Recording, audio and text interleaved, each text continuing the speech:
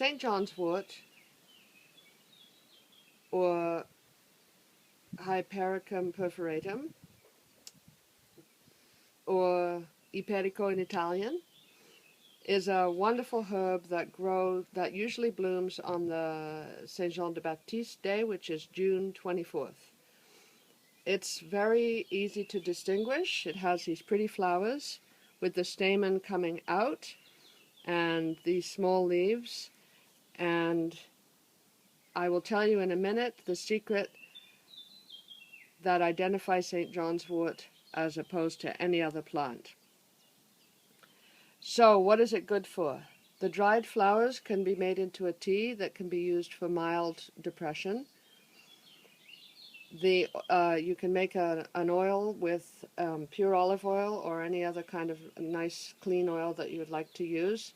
That can be used on the skin to cure skin complaints. It can also be used for women in labor because it has a deep-reaching effect on muscle pains. It can be used for sunburn.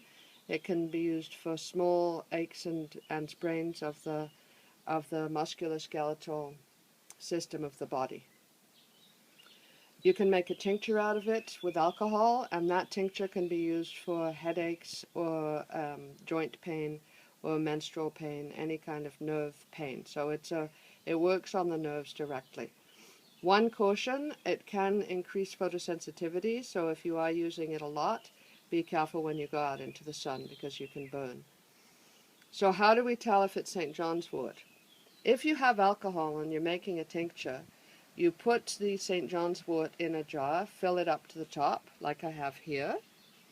Then you pour in your alcohol and it will immediately turn red. We will do that in another video. Right now I'm making St. John's wort oil. So I've picked my herb. I check it for bugs. We don't want to make any tincture, any oil or any tincture with bugs. There's a little guy there. Oh no, that's a little leaf. Okay, so there are no bugs. So what we do is we fill up the jar as full as we can, and then I always leave a few thick stalks to bend over and make sure the plant material stays underneath the oil. Then I'm just using a cold-pressed extra virgin olive oil, organic, and I fill up the jar, covering all the plant material.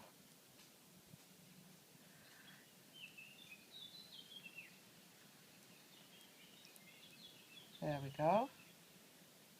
Now I have a trick, because there are, as you see, those bubbles are coming up.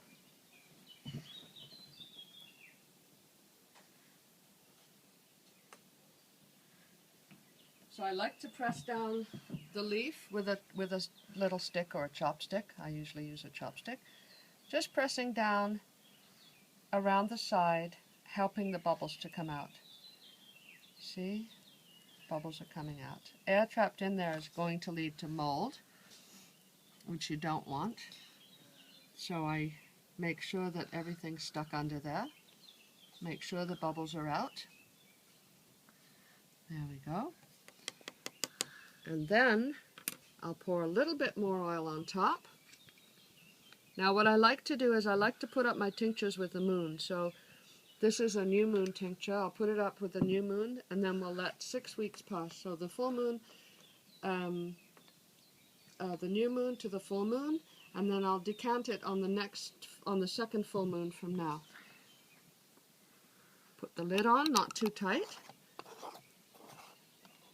Then I'm going to put it in the sun in a nice warm place, and I'm going to check it every few days. If I do have mold, I'll simply remove the plant material that's moldy, pour some more oil on it, and make sure that it's well pressed down.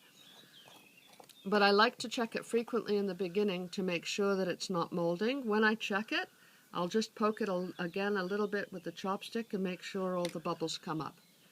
So there's your St. John's wort oil that you're going to be able to use with women in labor or any kind of joint or muscle pain, children's sunburn, or any kind of small bruise. You do not want to use it on an open wound. And in 6 weeks, what I'll do is I'll pour the oil off, and then I'll strain it through a cloth, squeeze it out, and voila!